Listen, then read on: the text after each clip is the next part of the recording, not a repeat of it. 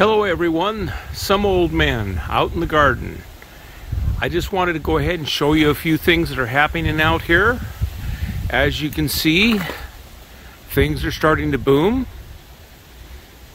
I've got some wax beans here that are growing up, and I decided I better put my trellis up so that it'll have something to climb.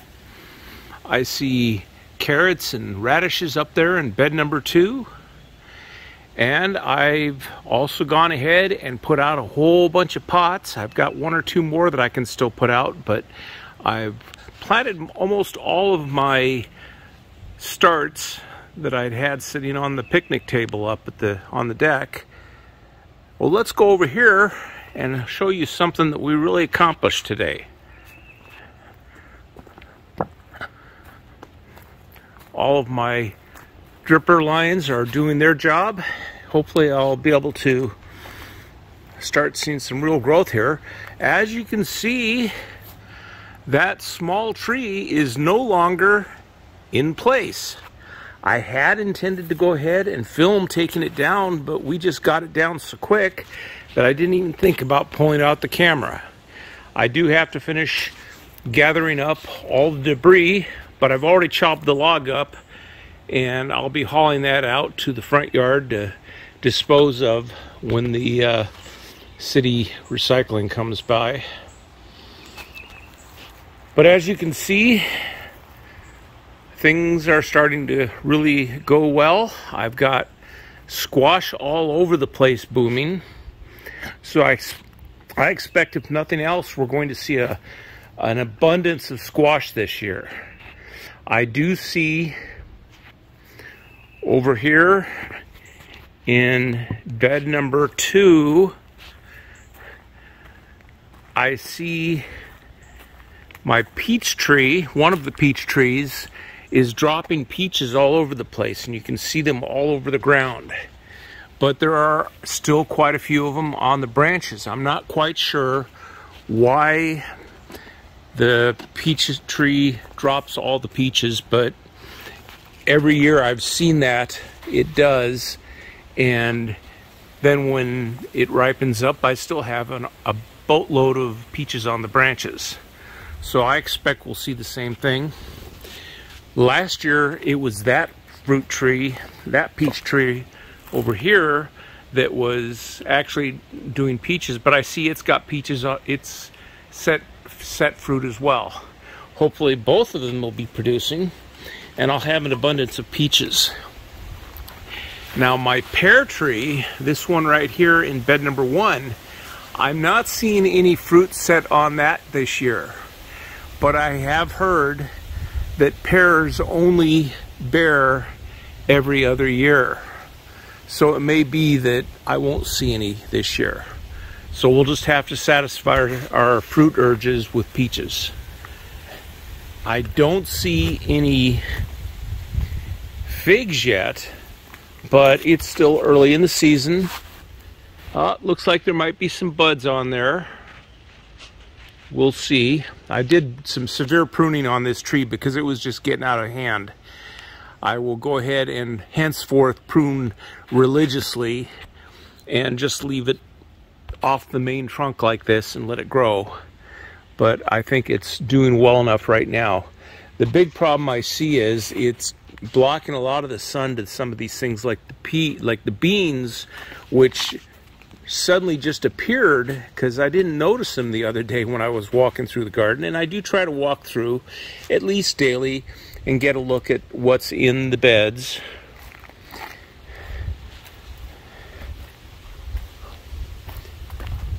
But everything seems to be going well. I have a few sticks there that I need to make sure don't get knocked out. But we had a little bit of rain last night, so everything is nicely watered. But I also go through and making sure that my irrigation is working.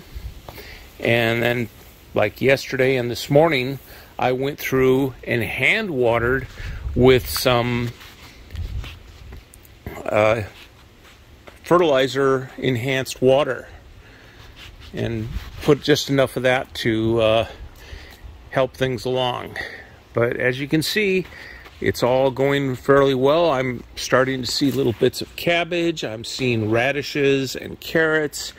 And within a couple more weeks, I think I should start being able to pull some things like radishes, which have a very short life cycle, out of the ground. And with any luck, we'll actually be able to have something to eat. Well, that's all I've got for right now. I'll probably tag this on top of some stuff that I'll be doing inside. So we'll see you with that next section. Or some old man off to the next thing.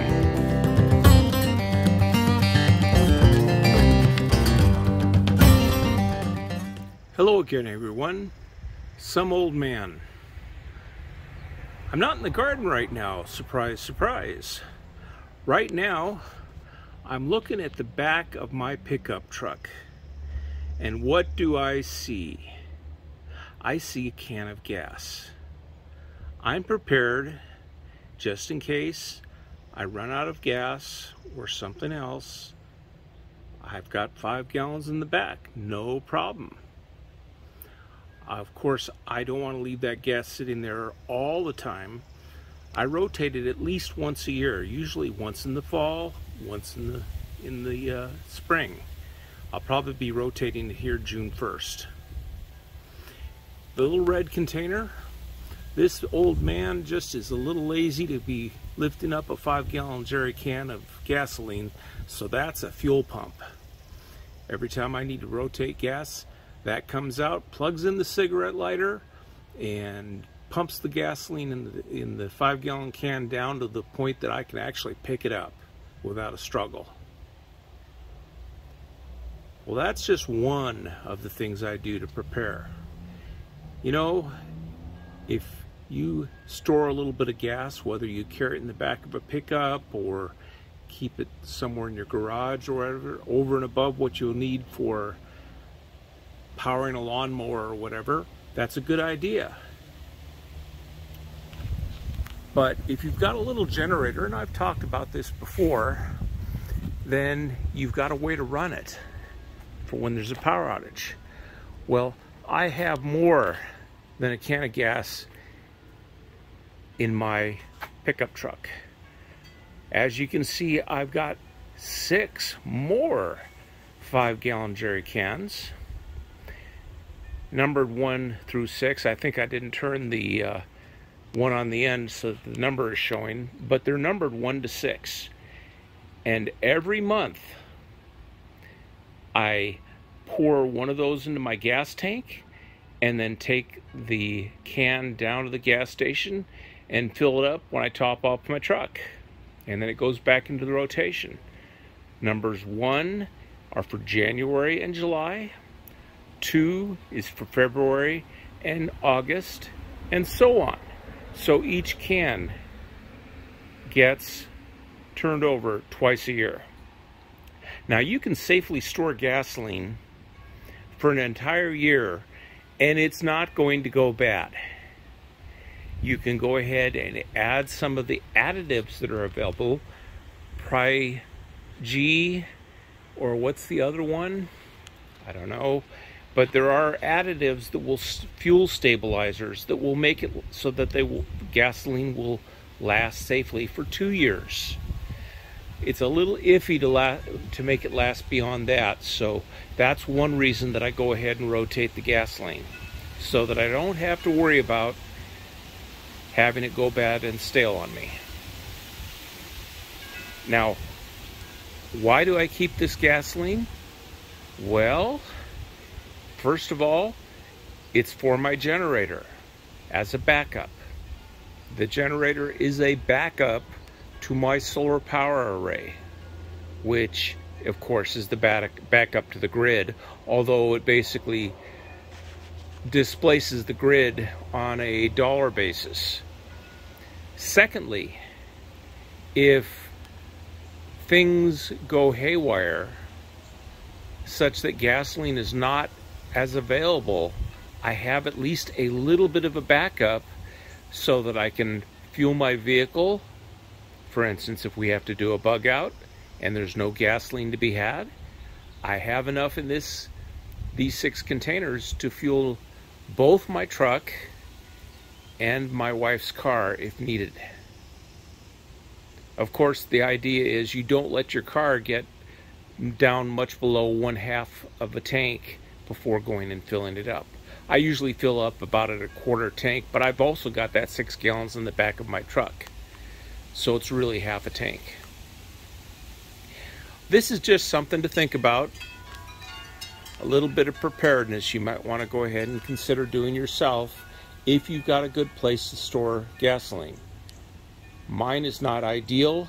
I do it in the garage, on the far side of the garage from the house.